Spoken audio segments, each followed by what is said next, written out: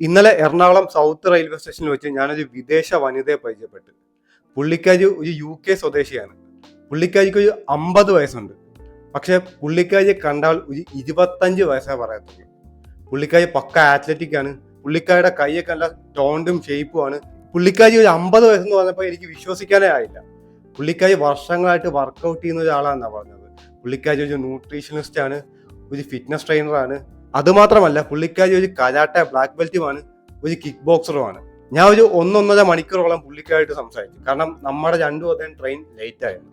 അതിലൊരു 80% നമ്മൾ സംസാരിച്ചത് ഈ ഹെൽത്തിന്റെ ഫിറ്റ്നസിനെ പറ്റിയാണ്.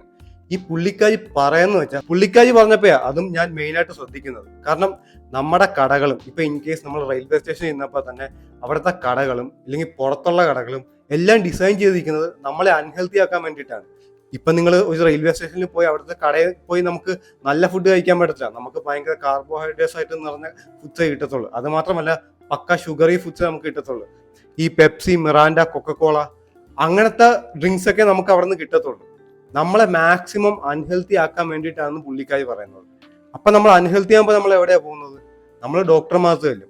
അപ്പൊ ഡോക്ടർമാർ എന്തുവാ ചെയ്യുന്നത്? അവര് ഫാർമ കമ്പനീസിന്റെ മരുന്നുകൾ നമ്മളെ കൊണ്ട് കഴിപ്പിക്കും. അങ്ങനെ നമ്മൾ മരുന്ന് കഴിക്കുമ്പോൾ നമ്മൾ ആ ഒരു മരുന്നിന്റെ അടിമയാണ്. അപ്പൊ ആ മരുന്നിന്റെ സൈഡ് എഫക്റ്റ് വരും പിന്നീട്. അപ്പൊ അത് മാറ്റാൻ നമ്മൾ വീണ്ടും ഒരു മരുന്ന് കഴിക്കും. അങ്ങനെ നമ്മളൊരു ലൈഫ് ടൈം കസ്റ്റമർ ആവുമെന്നാണ് പുള്ളിക്കാരി പറയുന്നത്. അത് മാത്രമല്ല നമ്മൾ കുറെ കാര്യത്തെ പറ്റി സംസാരിച്ചു. കോവിഡ് വാക്സിനെ പറ്റി സംസാരിച്ച്, മെട്രിക്സിനെ പറ്റി സംസാരിച്ച്. അതൊന്നും നമ്മുടെ ഫിറ്റ്നസ് ആയിട്ടുള്ള വിഷയമല്ലാത്തതുകൊണ്ട് ഞാൻ ഇവിടെ പറയുന്നില്ല. ചിലപ്പോൾ ഈ ചാനൽ തന്നെ ബാൻ ചെയ്യും ചില കാര്യങ്ങളൊക്കെ പറഞ്ഞ്. അതൊക്കെ വിടുക, നമുക്ക് ഫിറ്റ്നസ്സിലേക്ക് തന്നെ വരാം. അപ്പൊ പുള്ളിക്കാരി പറയാന്ന് വെച്ചാൽ ഇവിടുത്തെ ആളുകളെ അങ്ങനെ ഡിസൈൻ ചെയ്തിരിക്കുകയാണ്. പുള്ളിക്കാരിനെ എന്നെ ഇങ്ങനെ കാണിച്ചു തന്നു. ഇപ്പം പുള്ളിക്കാരി എൻ്റെ അടുത്ത് പറഞ്ഞ് നീ നല്ല ഹെൽത്തിയാണ്, ഞാനും നല്ല ഹെൽത്തിയാണ്, പക്ഷെ ചുറ്റുമുള്ള വേറെ ആളുകളെയൊക്കെ നോക്കും. ഞാൻ നോക്കിയപ്പോൾ ശരിയാ, പുള്ളിക്കാരി കാണിച്ചെന്ന് എല്ലാവരും അധികം സൈസൊന്നും ഇല്ല, എല്ല് പോലെ ഇരിക്കുന്ന, പക്ഷെ എല്ലാവർക്കും വയറുണ്ട്. അപ്പം പുള്ളിക്കാരി പറയാന്ന് വെച്ചാൽ അത് ഭയങ്കര അൺഹെൽത്തി ആണെന്നാണ് പറയുന്നത്. അത് which leads to diabetics, heart attack, അങ്ങനെ പുള്ളിക്കാരി കുറെ അസുഖങ്ങളുടെ പേര് പറഞ്ഞു. സത്യത്തിൽ ശരിയല്ലേ? നമുക്കെല്ലാം ഇങ്ങനത്തെ അസുഖങ്ങളില്ലേ? ഒരു 50 വയസ്സ് കഴിഞ്ഞ എല്ലാവർക്കും ഇപ്പൊ ഡയബറ്റിക് അല്ലേ നമ്മുടെ ഇന്ത്യയിൽ. പുള്ളിക്കാരി ഇത് ഇന്ത്യ മാത്രമല്ല പറയുന്നത്, ലോകത്തെ എല്ലാ രാജ്യങ്ങളും. ഈവൻ പുള്ളിക്കാരിയുടെ സ്ഥലം UK തന്നെ ഇപ്പം ഇങ്ങനെയാണെന്നാ പറയുന്നത്. ഇപ്പൊ പണ്ടത്തെ ആളുകളെ വെച്ച് നോക്കിയാൽ പണ്ടത്തെ ആളുകൾ പക്ക ഹെൽത്തി ആയിരുന്നു. ഇപ്പോഴത്തെ ആളുകൾ ഒട്ടും ഹെൽത്തി അല്ല. പക്ഷെ അവർ ഏറ്റവും കൂടുതൽ ജീവിക്കുന്നത് ഹെൽത്ത് കെയർ അത്ര ഇമ്പ്രൂവ് ആയതുകൊണ്ട് മാത്രമാണ്. പിന്നെ പുള്ളിക്കാരി പറഞ്ഞ നമ്മളിങ്ങനെ അഡിക്റ്റഡ് ആക്കി നിർത്തുന്നതിലെ മെയിൻ കാരണം ക്രേവിങ്സ് ആണ്.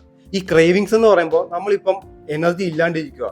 ഇപ്പൊ എന്തോ ഇന്ത്യയിലെ മിക്ക ആളുകളും ചെയ്യുന്നത്, എനർജി പോകുമ്പം അവരപ്പം തന്നെ എന്തെങ്കിലുമൊക്കെ പെപ്സി പോലത്തെ ഡ്രിങ്ക്സ് ഒക്കെ കുടിക്കും, പെപ്സി, കൊക്കക്കോള പോലത്തെ ഡ്രിങ്ക്സ് ഒക്കെ കുടിക്കും, എന്തെങ്കിലുമൊക്കെ പക്ക കാർബോഹൈഡ്രേറ്റ്സ് ഒക്കെ കഴിക്കും. അപ്പൊ പെട്ടെന്നൊരു എനർജി പീക്ക് കയറി നിൽക്കും. അങ്ങനെ എനർജി പീക്കായിട്ട് കയറി നിന്ന് അത് അതേപോലെ ഇറങ്ങും.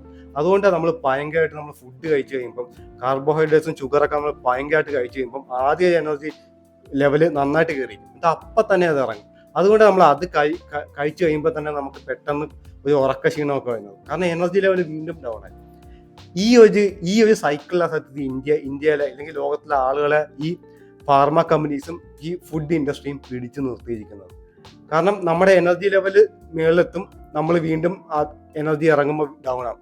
അപ്പൊ നമുക്ക് ആ ഡൗൺ നമുക്ക് താങ്ങാൻ പറ്റില്ല. അപ്പൊ നമ്മൾ വീണ്ടും ഈ ഷുഗറും ഈ ഹൈ കാർബോഹൈഡ്രേറ്റ്സ് ഡയറ്റ് കഴിക്കും. അപ്പൊ വീണ്ടും അത് കയറും. ഇങ്ങനെ പോവുക ചെയ്യുന്നത്. പുള്ളിക്കാരി പറഞ്ഞ ഒരിക്കലും അങ്ങനെ അല്ലാണ്ട് ഒരു ഹെൽത്തി ആയിട്ടുള്ള ആള് ഇപ്പം നട്ട്സ് പോലത്തെയും ഓട്സ് പോലത്തെയും അല്ലെങ്കിൽ നല്ല പ്രോട്ടീൻ അടങ്ങിയിട്ടുള്ള ഫുഡ് കഴിക്കുമ്പോൾ നമുക്ക് അധികം എനർജി കയറത്തില്ല, ഒരു ലെവലിൽ കയറും. എന്നിട്ട് ഒരു പതുക്കെ ഇറങ്ങും. ഇങ്ങനെ പതുക്കെ പോകണമെന്നാണ് പുള്ളിക്കാരി പറയുന്നത്. ഇങ്ങനെ പോകുമ്പോഴാണ് നമുക്ക് ഈ ഡയബറ്റിക്കും നമ്മളെ ഹാർട്ട് അറ്റാക്ക് ഒക്കെ നമുക്ക് വരുന്നത്. പുള്ളിക്കാരിനെ സമ്മതിക്കുന്നുണ്ട്. പുള്ളിക്കാരി ജീവിതത്തിൽ ഒരിക്കലും സ്റ്റെറോയിഡ് എടുത്തിട്ടില്ല.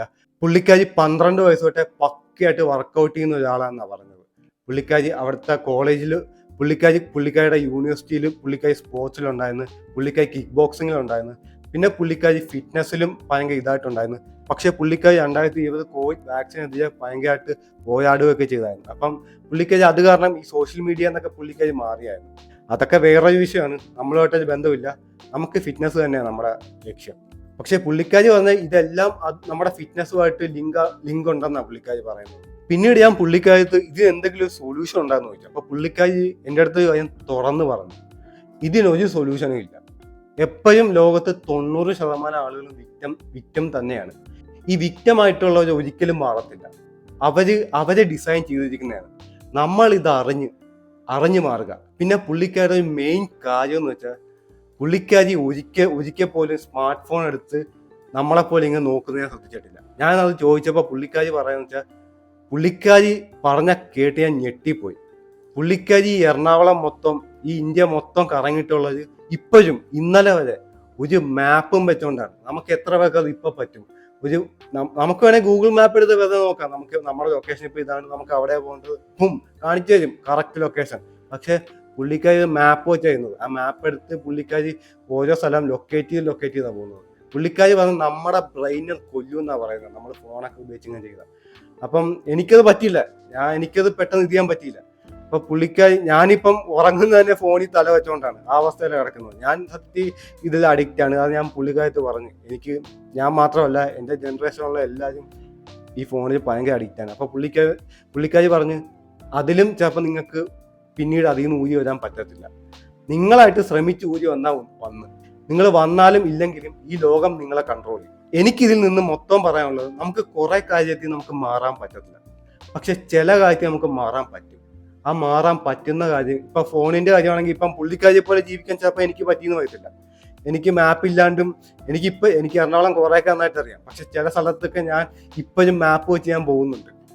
പുള്ളിക്കാരി ഒരു പുതിയ സ്ഥലത്ത് വന്നിട്ട് ഒന്ന് ആലോചിച്ചു. ഇപ്പൊ ഞാനിപ്പോ ഇൻ കേസ് പോകുന്ന ആലോചിച്ചു. ഞാനിപ്പം ഒരു ദുബായിലോ ഇല്ലെങ്കിൽ UK-ലോ US-ലോ പോയിട്ട് ഞാൻ പെട്ടെന്ന് അവിടെ ഒറ്റയ്ക്ക് വന്നിട്ട് എൻ്റെ ഫോൺ ഇല്ലാണ്ട് ഒരു മാപ്പ് മാത്രം തന്നിട്ട് നിങ്ങൾക്ക് ഇല്ലെങ്കിൽ എൻ്റെ അടുത്ത് എവിടെയെങ്കിലും പോകാൻ പറഞ്ഞാൽ ഞാൻ എന്ത് ചെയ്യും? ഞാൻ ചോദിച്ചു ആ സ്കില്ല് എനിക്ക് ഇല്ല. അത് ചെയ്ത് നോക്കിയാലേ പറ്റത്തുള്ളൂ. അപ്പൊ പുള്ളിക്കാരി വേറൊരു രാജ്യത്ത് വന്നിട്ട് ഇത്രയും കോംപ്ലക്സ് ആയ നമ്മുടെ ഇവിടെ വന്നിട്ട് പുള്ളിക്കാരി അങ്ങനെയാ പോകുന്നത്. അപ്പം ആ ഒരു പഴയ പോലെ ജീവിക്കുന്ന ആ 90s കാലഘട്ടത്തിൽ ജീവിക്കുന്ന പോലത്തെ ആളുകൾ ഇപ്പോഴും ഉണ്ട് സത്യത്തിൽ. പുള്ളിക്കാരി പറയുന്ന ഇതൊക്കെ നമ്മുടെ ബ്രെയിനിനെ കൊല്ലുമെന്നാ പറയുന്നത്. ഈ AI-യും സ്റ്റഫും കാര്യങ്ങളെല്ലാം കുറേയൊക്കെ അതിൽ കാര്യമുണ്ട്. പക്ഷെ നമ്മൾ എന്തായാലും ജീവിക്കുന്നത് ഈ ഒരു സൈബർ വേൾഡിലാണ്. നമുക്ക് ഇതുമായിട്ട് അഡ്ജസ്റ്റ് ചെയ്ത് പോയാൽ പറ്റത്തുള്ളൂ. എന്നാലേ നമുക്ക് എന്തെങ്കിലുമൊക്കെ നമ്മുടെ എയിമിൽ എത്താൻ പറ്റത്തുള്ളൂ. പക്ഷെ പുള്ളിക്കാരി പോകുന്ന വഴിയിലും എയിമിലെത്താം. അപ്പം നിങ്ങൾക്ക് മാറാൻ പറ്റുന്ന കുറെ കാര്യങ്ങളും ഉണ്ടെങ്കിൽ നിങ്ങൾ മാറുക. അപ്പം എനിക്ക് അത്രയും വീഡിയോ പറയാനുണ്ട്. Thanks for watching.